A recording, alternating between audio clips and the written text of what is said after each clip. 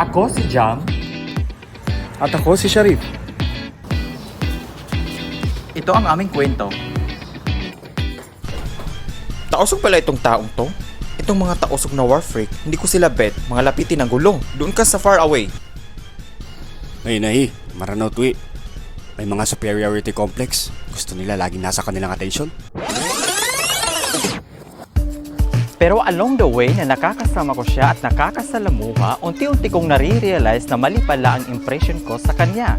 At napagtanto ko na iisa lang ang hangarin namin na kapayapaan para sa mga tribong Muslim dito sa Pilipinas.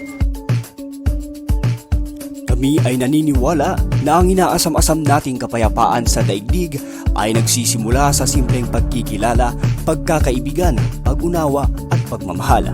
Gayunpaman, naway may pagpatuloy at maisaulo sa bawat kabataan ang ganitong uri ng mga katangian ng tao, anuman ang estado sa buhay at paniniwala.